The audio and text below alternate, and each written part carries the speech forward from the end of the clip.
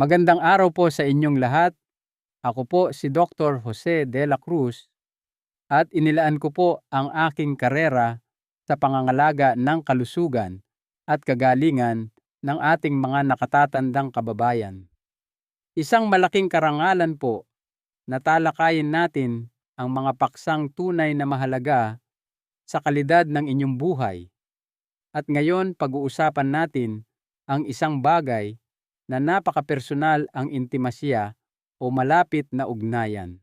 Naisip nyo na po ba kung paanong ang isang bagay na kasing ganda at nagbibigay buhay tulad ng pakikipagtalik ay maaaring maging mapanganib? Depende lamang sa oras ng araw. Para sa maraming senior, ang intimasya ay higit pa sa pisikal na gawain.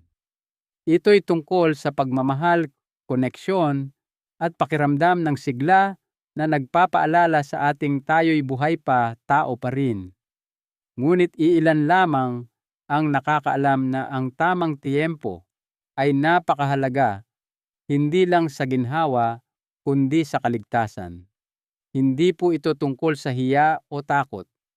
Ito po ay tungkol sa kaalaman at pangangalaga sa sarili.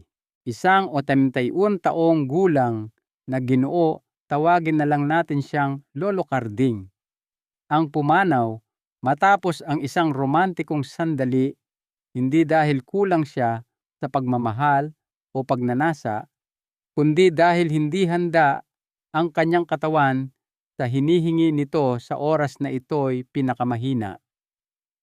Kung kayo po ay higit 60 anyos na, ang inyong puso, presyo ng dugo, antas ng oxygen, at reserbang enerhiya ay pabago-bago sa buong araw.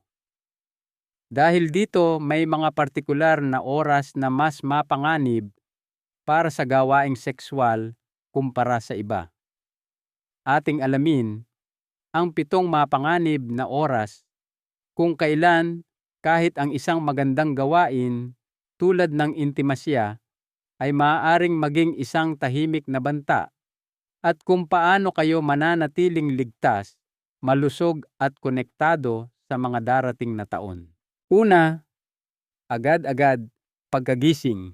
Pagkagising pa lamang ang katawan ay nasa isang delikado at sensitibong estado, lalo na para sa mga senior.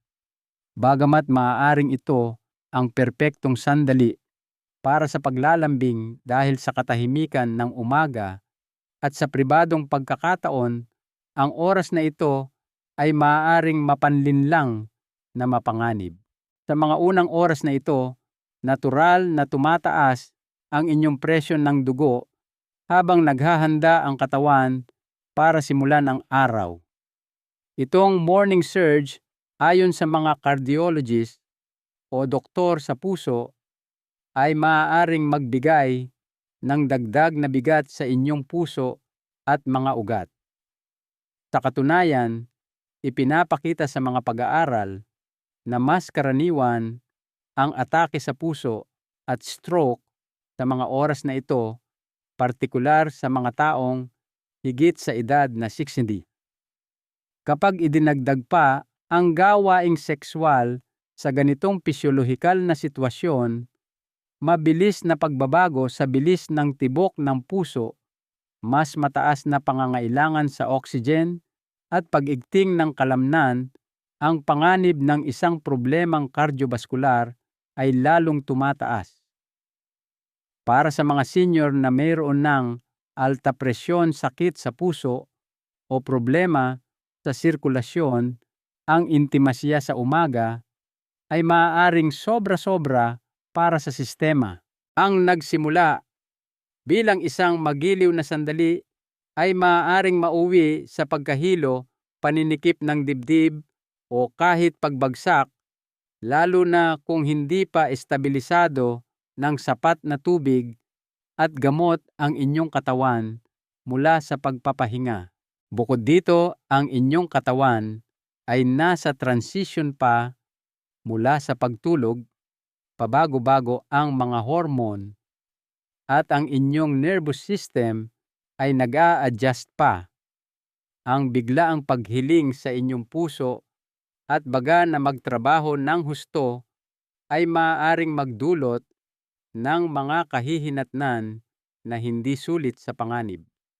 Ang paghihintay kahit 1 oras matapos magising, pag-inom ng tubig, pag-uunat o paglalakad-lakad muna ay magbibigay sa inyong katawan ng oras upang mag-regulate at mas ligtas na maihanda ang sarili para sa anumang pisikal na aktibidad, kasama na ang pakikipagtalik. Ang mga sandaling ito, bagamat intimate, ay dapat tapatan ng karunungan. Ang tiempo ay hindi lamang tungkol sa kaginhawahan. Ito'y tungkol sa proteksyon, mahabang buhay, at pagrespeto sa pangangailangan ng inyong katawan.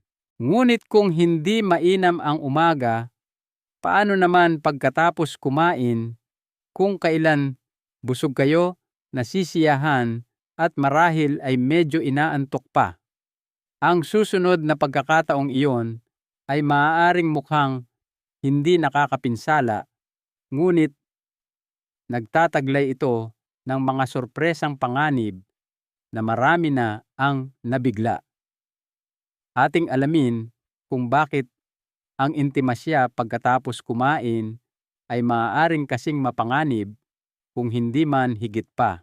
Ikalawa, pagkatapos mismo ng mabigat na kainan, ang pakikipag-ugnayan o intimasya pagkatapos mismo ng mabigat na kainan ay maaaring komportable o romantiko pa nga, lalo na pagkatapos ng isang salo-salong hapunan o espesyal na okasyon.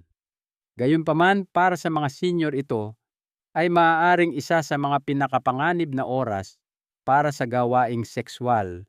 Pagkatapos ninyong kumain, inililipat ng inyong katawan ang enerhiya nito sa panunaw. Ang daloy ng dugo ay inililipat mula sa inyong puso, utak, at mga kalamnan patungo sa inyong digestive system upang tumulong sa pagtunaw ng pagkain. Dahil dito, mas kaunting oxygen at sirkulasyon ang magagamit para sa ibang mga organo, kasama na ang inyong puso. Para sa mga senior, ang ganitong redistribusyon ay maaaring magdulot ng malaking hirap. Ang kombinasyon ng punong tiyan at pisikal na pagsisikap ay maaaring humantong sa pamumulot, bloating, hindi pagkatunaw ng pagkain, indigestion o acid reflux. Ngunit ang mas nakakaalarma, maaari itong magpababa ng presyon ng dugo sa mapanganib na antas. Ang biglaang pagbagsak na ito ay maaaring magdulot ng pagkahilo, pagkapagod, o kahit pagkahimatay habang nag-i-intimacy. Sa mga individual na may sakit sa puso, ang dagdag na stress ay maaaring maging tipping point na hahantong sa irregular na tibok ng puso, paninikip ng dibdib, o mas malala pa. Maraming senior ang umiinom ng mga gamot tulad ng beta blockers, pampalabnaw ng dugo o insulin, na lalong nagpapagulo sa kakayahan ng katawan na tumugon sa pisikal na aktibidad pagkatapos kumain. Ang pagkain na mayaman sa taba o carbohydrates ay maaari ring magdulot ng biglaang pagtaas ng asukal sa dugo na susundan ng matalas na pagbagsak na nagpapataas ng panganib ng panghihina o pagkalito habang may pisikal na aktibidad.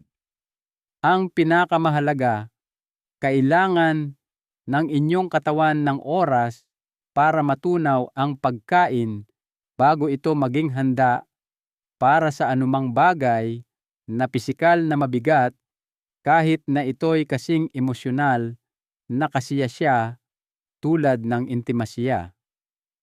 Ang paghihintay ng hindi bababa sa 90 minuto pagkatapos kumain ay nagbibigay daan sa inyong katawan na iproseso ang pagkain, ibalik ang sirkulasyon, at maghanda para sa ligtas na pakikipag-ugnayan. Ito'y maliit na pagsasaayos na maaaring makaiwas sa malalaking komplikasyon at magbigay daan para sa mas relaksado at kasiyasyang karanasan. Ngayon, kung ang pagkain ay maaaring mag-iwan sa katawan na mahina, isipin kung ano ang mangyayari kapag ang katawan ay nasa ilalim na ng ibang uri ng stress tulad ng matinding init o dehydration. Ang tila isang tamad na hapon ay maaaring maging mapanganib na hindi inaasahan. Ating tuklasin ang mga nakatagong panganib ng intimasiya sa kalagitnaan ng hapon na dapat malaman ng bawat senior. Ikatlo, sa gitna ng init ng tanghali, lalo na sa tag-araw. Sa unang tingin, ang kalagitnaan ng araw ay maaaring mukhang isang mapayapang oras para sa pahinga at koneksyon. Mataas ang araw, tahimik ang bahay, at maraming mag-asawa ang nasisiyahan sa ginhawa ng isang idlip sa hapon o sa isang mabagal at madaling takbo ng buhay. Ngunit para sa mga senior, lalo na sa mga mas maiinit na buwan, ang pakikipag-intimacy sa gitna ng init ng tanghali ay maaaring tahimik na maging isang seryosong panganib sa kalusugan. Habang tumataas ang temperatura, tumataas din ang panloob na temperatura ng katawan. Mas vulnerable na ang mga senior sa mga problemang may kinalaman sa init dahil sa mga pagbabagong dulot ng edad sa kung paano kinokontrol ng katawan ang temperatura na bawasang pakiramdam ng uhaw at pagkakaroon ng mga gamot na nakakaapekto sa hydration at daloy ng dugo. Idagdag pa ang pisikal na pagsisikap tulad ng gawaing sexual sa sitwasyong ito at ang panganib ng heat exhaustion o kahit heat stroke ay nagiging mapanganib na totoo. Ang puso ay kailangang magtrabaho ng mas mabigat para palamigin ang katawan, nagpapadala ng dugo sa balat para maglabas ng init sa pamamagitan ng pawis. Itong tumaas na pangangailangan sa puso, lalo na habang nakikipagtalik, ay maaaring makapanghina sa isang tumatandang puso. Mas mabilis ang dehydration kaysa inaakala ng marami, lalo na kung hindi kayo umiinom ng sapat na tubig o kung umiinom kayo ng kape o alak. Ang resulta pagkahilo, kakapusan sa hininga pulikat o biglaang pagbaba ng presyo ng dugo minsan ay walang gaanong babala. Para sa mga may dati ng kondisyon tulad ng sakit sa puso, diabetes o mga talamak na issue sa bato, ang panganib ay dumarami. Ang kakayahan ng inyong katawan na palamigin ang sarili ay mas mabagal, hindi gaanong episyente, at mas malamang na mabigo sa ilalim ng presyon. Ang isang sandali ng koneksyon ay maaaring maging isang sandali ng emergency kung hindi kayo mag-iingat. Ang pananatili sa loob ng bahay sa isang malamig, may mahusay na bentilasyon na silid at pag-iwas sa intimasya sa mga oras ng kasagsagan ng init ay hindi lamang matalino, ito'y nakapagliligtas buhay.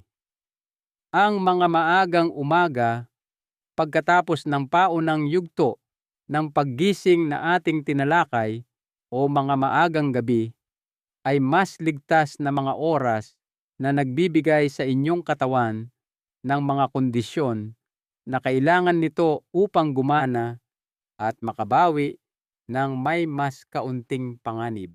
Ngunit paano kung ang panganib ay wala sa init sa labas, kundi sa unos ng emosyon sa loob? Susunod, titingnan natin kung paano ang emosyonal na stress, lalo na kapag nakatago, ay maaaring tahimik na gawing isang kaganapang nagbabanta sa buhay ang intimasya.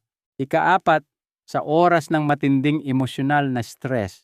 Ang pakikipagtalik ay malalim na nakaugnay sa emosyon. Maaari itong maging nakakagaling, nagpapatibay at nakakaginhawa. Ngunit kapag sinubukan ito sa isang sandali ng emosyonal na kaguluhan, maaari itong magbago mula sa isang kilos ng koneksyon patungo sa isang seryosong panganib sa kalusugan, lalo na para sa mga nakatatanda. Maraming senior ang hindi nakakaalam na ang emosyonal na stress ay kasing lakas ng pisikal na hirap ang epekto sa katawan. Kapag kayo ay galit, nagluluksa, nababalisa o nalulula, ang inyong nervous system ay nag-o-overdrive. Ang inyong katawan ay napupuno ng mga stress hormone tulad ng cortisol at adrenaline na nagpapataas ng presyon ng dugo, nagpapasikip ng mga ugat at naglalagay sa inyong puso sa mataas na alerto. Ang pagsubok na makipag-intimacy sa ganitong estado ay lalong nagtutulak sa inyong katawan sa danger zone. Ang inyong tibok ng puso ay maaaring mataas na tensyonado. Ang inyong mga kalamnan, mababaw ang inyong paghinga. Pagkatapos, kapag idinagdag pa ang pisikal na pagsisikap, hinihiling ninyo sa inyong katawan na gumawa ng labis ng masyadong mabilis. Ito ay partikular na mapanganib para sa mga may sakit sa puso, arrhythmia, irregular na tibok ng puso o anxiety disorders. Kahit na ang mga senior na karaniwang malusog ay maaaring matuklasan na ang emosyonal na stress ay nagtitrigger ng irregular na tibok ng puso, pananakit ng dibdib, o biglaang pagkapagod habang nakikipagtalik. Mahalaga rin ang epekto sa emosyon. Kapag hindi kayo mental na naroroon o emosyonal na kalmado ang karanasan, ay maaaring madama na walang koneksyon o nakakabagabag pa nga na lalo lamang nagpapalala sa pisikal na panganib. Ang tunay na intimasya ay nangangailangan hindi lamang ng handang katawan, kundi pati na rin ng payapang isipan.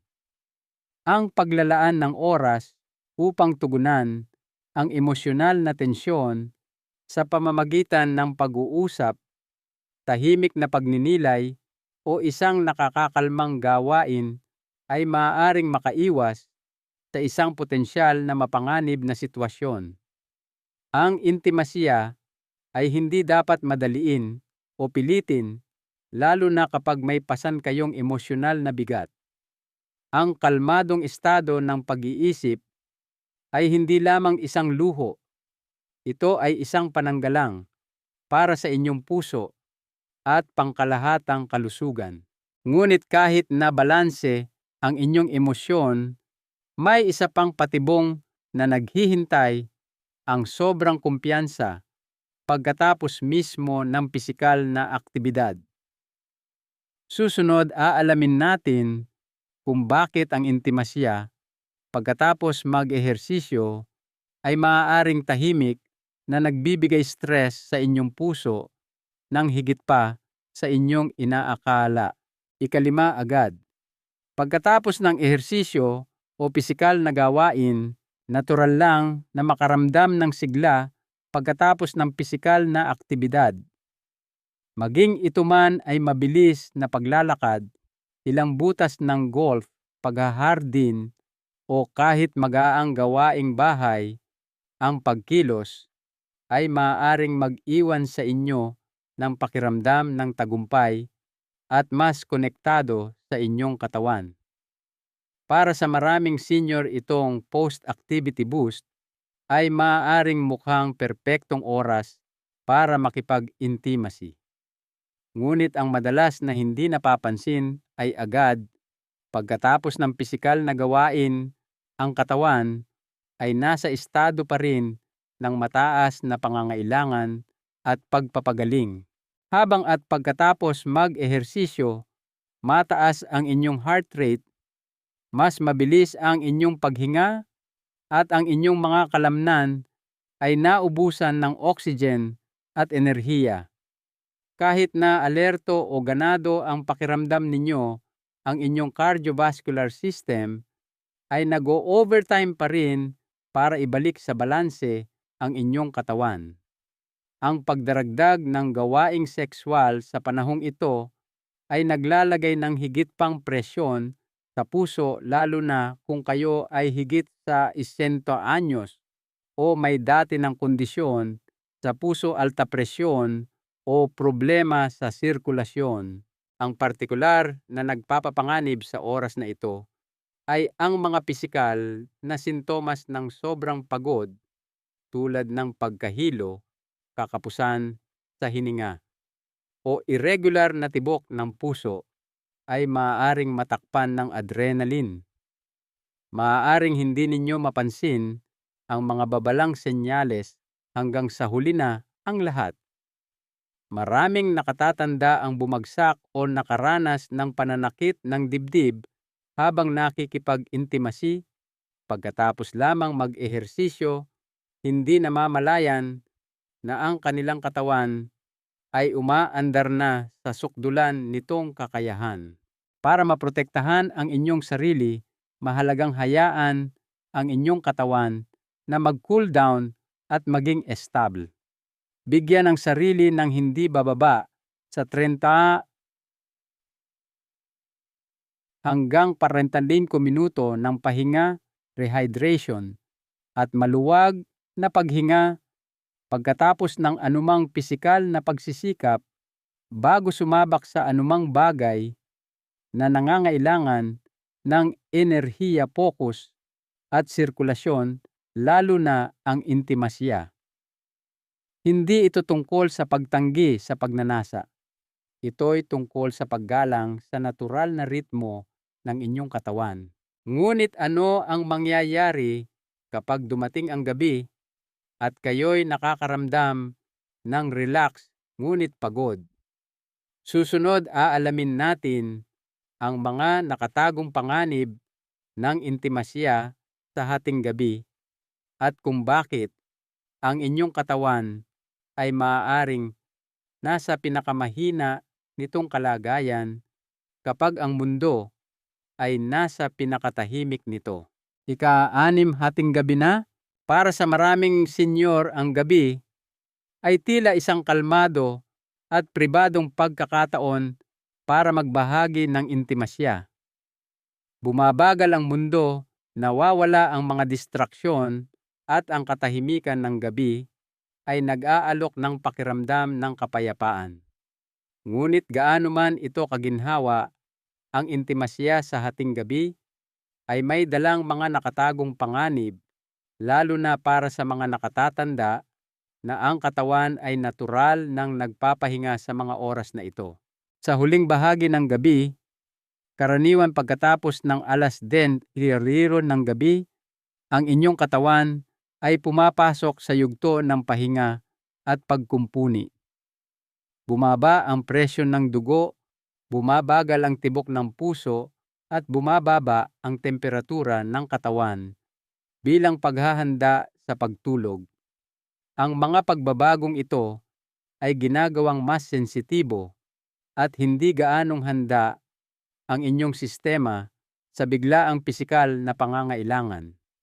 Ang pagdaragdag ng gawaing sexual sa panahong ito ay naglalagay ng hindi inaasahang hirap sa puso at circulatory system sa oras na ito ay hindi gaanong handang tumugon. Pinapupurol din ng pagod ang kakayahan ninyong makilala ang mga babalang senyales tulad ng kakapusan sa hininga, irregular na tibok ng puso o pagkahilo. Para sa mga individual na may diabetes, ang mababang asukal sa dugo sa gabi ay maaaring lalong magpakomplikado ng mga bagay na hahantong sa panghihina o pagkalito. Ang mga may sleep apnea ay maaaring kulang na sa oxygen nang hindi namamalayan, at ang intimasya ay maaaring maging dahilan upang mapasok sa mapanganib na teritoryo. Ang mga gamot na iniinom sa gabi ay maaari ring makaapekto sa kung paano tumutugon ang katawan. Ang mga pampakalma sedatives, gamot sa presyon ng dugo o pampaihi diuretics ay maaaring magbawas ng inyong pagtugon o lumikha ng hindi ligtas na pagbaba ng presyon ng dugo habang nagsisikap. Ang kombinasyon ng pagod gamot at pisikal na hirap ay ginagawa itong isa sa mga pinaka hindi pinapahalagahan ngunit mapanganib na oras para sa intimasya. Para manatiling ligtas, isaalang-alang ang mas maagang oras sa gabi kung kailan kayo ay alerto pa, hydrated, at hindi pa nagsisimula ang inyong katawan sa nightly shutdown nito. Ang maliit na pagbabagong ito ay maaaring mapahusay ang kaligtasan at mapabuti ang kalidad ng inyong koneksyon. Ngunit kahit na perpekto ang tiempo, may isang kritikal na salik na maaaring tahimik na gawing isang emergency sa kalusugan. Ang anumang sandali, isang bagay na madalas na hindi napapansin ng karamihan sa mga senior araw-araw. Susunod, ibubunyag natin kung bakit ang paglaktaw sa gamot o pagpapabaya sa hydration ay maaaring gawing isang pagkakamaling nagbabanta sa buhay ang intimasya. Ikapito, kapag nakaligtaan ang gamot o dehydrated, para sa mga senior ang pagpapanatili ng pang-araw-araw na rutina sa gamot at hydration ay higit pa sa isang ugali. Ito'y isang lifeline o salbabuhay. Gayunpaman, ang intimasya ay madalas na nangyayari ng biglaan sa mga sandali ng emosyon o ginhawa kung kailan maaaring makaligtaan natin kung nainom na ba natin ang ating mga tableta o nakainom ng sapat na tubig sa araw na iyon. Ang tila maliit na pagkukulang ay maaaring mabilis na maging isang mapanganib na sitwasyon, lalo na sa panahon ng pisikal na aktibidad tulad ng pakikipagtalik. Ang paglaktaw kahit isang dosis ng gamot, lalo na ang mga para sa presyon ng dugo, ritmo ng puso o diabetes, ay maaaring magdulot ng kawalan ng balanse sa inyong katawan. Maaaring masyadong mataas o masyadong mababa ang inyong presyon ng dugo. Maaaring hindi kasing regular ang tibok ng inyong puso o biglang bumagsak ang inyong asukal sa dugo. Habang nakikipagtalik, kung kailan ang inyong katawan ay nasa ilalim na ng pisikal na stress, ang mga kawalan ng balanseng ito ay maaaring humantong sa seryosong mga kahihinatnan tulad ng pagkahimatay, pananakit ng dibdib, o kahit pag-atake sa puso, cardiac arrest. Ang mga senior na umiinom ng diuretics, pampaihi, o mga gamot na nagpapabago sa antas ng likido ay partikular na vulnerable kung sila ay dehydrated din. Nang walang sapat na tubig sa inyong sistema, lumalapot ang inyong dugo, mas nahihirapan ang inyong puso, at tumataas ng malaki ang inyong panganib sa stroke o mga isyung may kinalaman sa init. Maraming nakatatanda ang minamaliit ang epekto ng banayad na dehydration.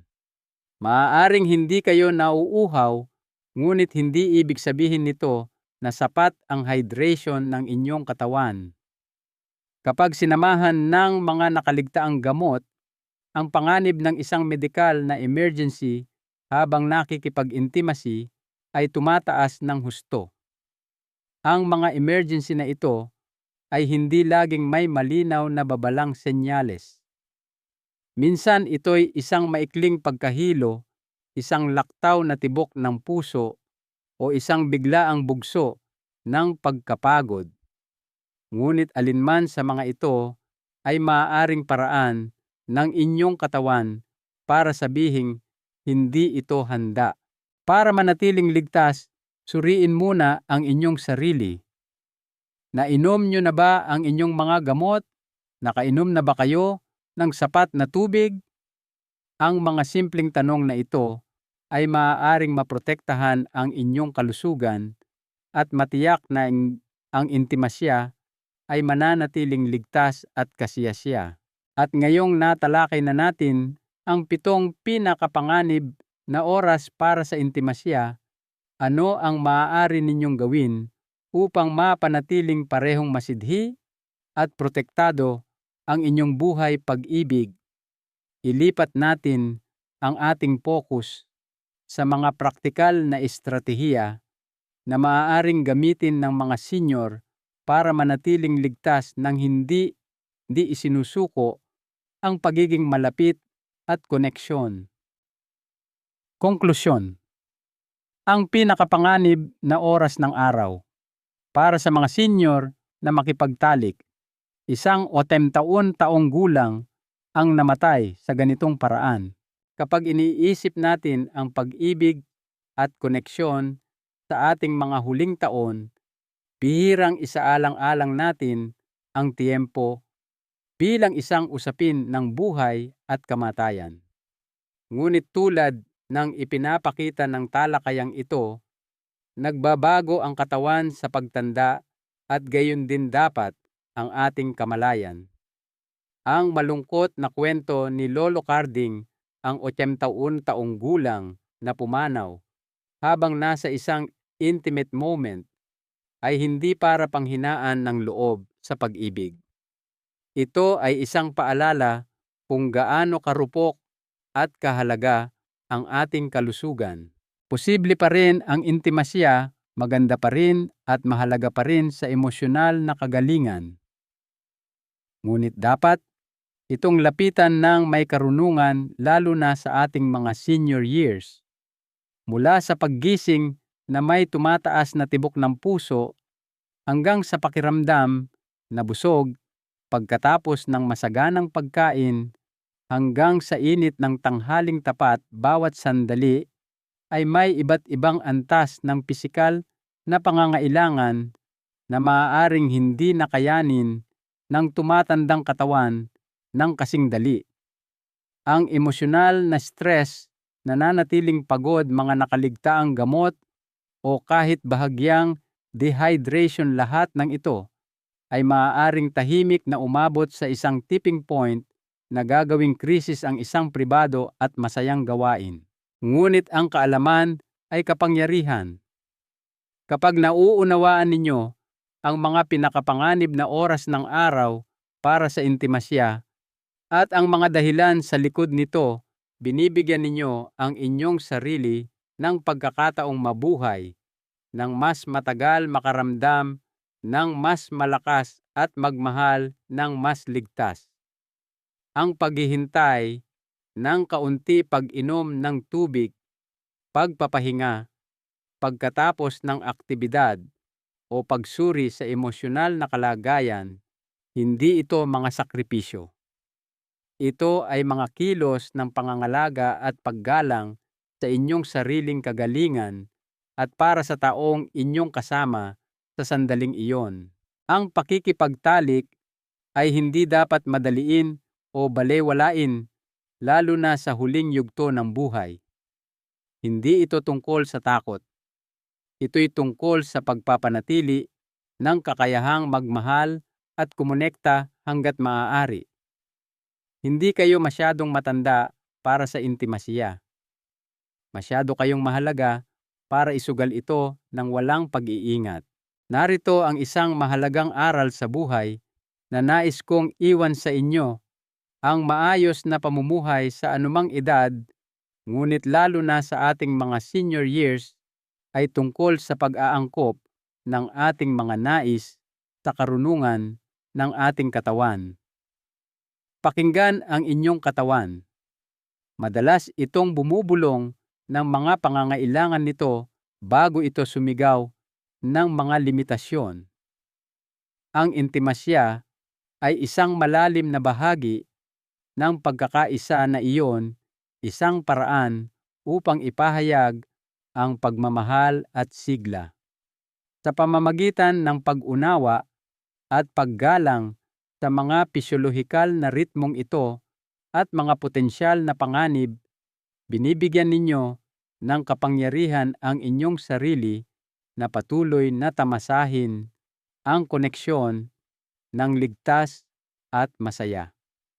Ito'y tungkol sa paggawa ng mga matalinong pagpili na nagbibigay pugay sa inyong kalusugan habang inaaruga ang inyong puso.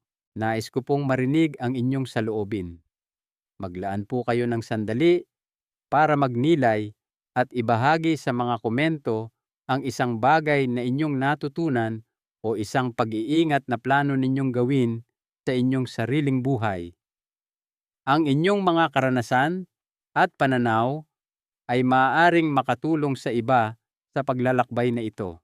Kung nahanap ninyong kapaki-pakinabang ang impormasyong ito, mangyaring huwag kalimutang i-like, ibahagi ito sa inyong mga kamag-anak at kaibigan na maaaring makinabang at mag-subscribe para sa higit pang nilalaman na nakatuon sa inyong kalusugan at kagalingan. Maraming salamat po sa inyong pagsama sa akin ngayon. Naway mamuhay tayo ng lubusan ligtas at ayon sa ating sariling kagustuhan.